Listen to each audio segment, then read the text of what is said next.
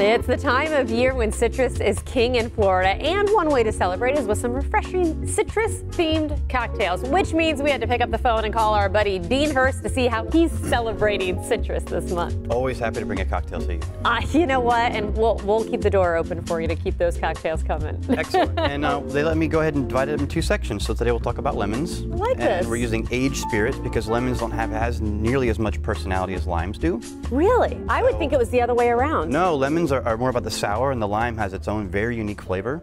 And a very basic rule of thumb with cocktails is to go ahead and take aged spirits and use that with lemons, so old world spirits, and then new world spirits with limes, so tequila and rum. And so Namely. I was going to say, so what are considered our old age? I don't know if we got to back up. I don't even know brandy what that and is. whiskey. So we're just talking about spirits that end up spend time in a barrel. Okay. And then they take on that flavor of that barrel, they become something completely different. So the lemons bring out some of that flavor without adding too much of their own.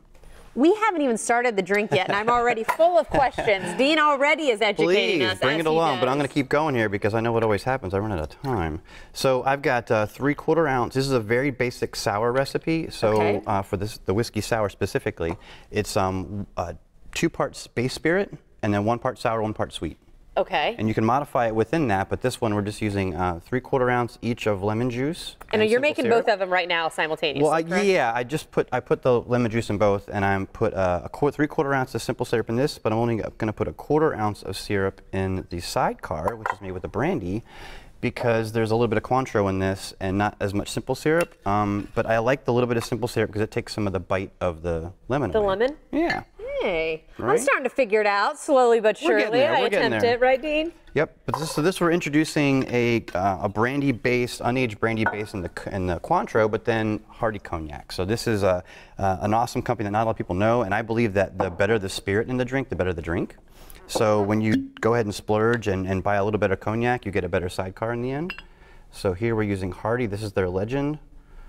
So it's from different regions within cognac and aged at different ages, and then ooh, I smell blended. that. Yeah, it's beautiful. I mean, yeah, you wouldn't drink it by itself. It's so good. And then 4 Roses Bourbon from Kentucky, which is one of my all-time favorites, and they're small batch. They make 10 different whiskeys and then blend them together. And this is 4 of their different whiskeys together, and it's always just delicious. Right, I think I covered all my bases. So we got the drinks. And we got now all to the our stuff favorite in the part, the drinks. mixing. I know, right? The shaking. I think last time I stirred some too, but shaking is always the. Do you want to shake one? Sure. Yeah. Shake it like it owes you money, right? Perfect.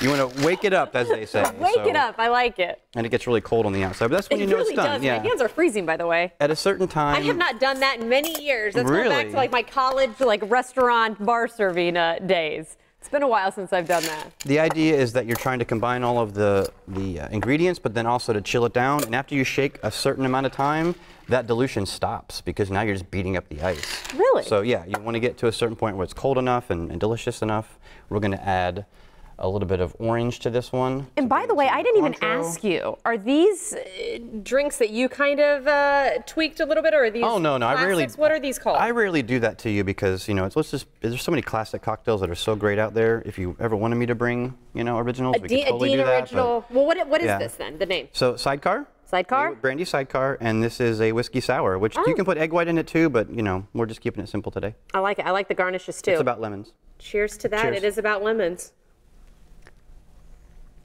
Mm-hmm.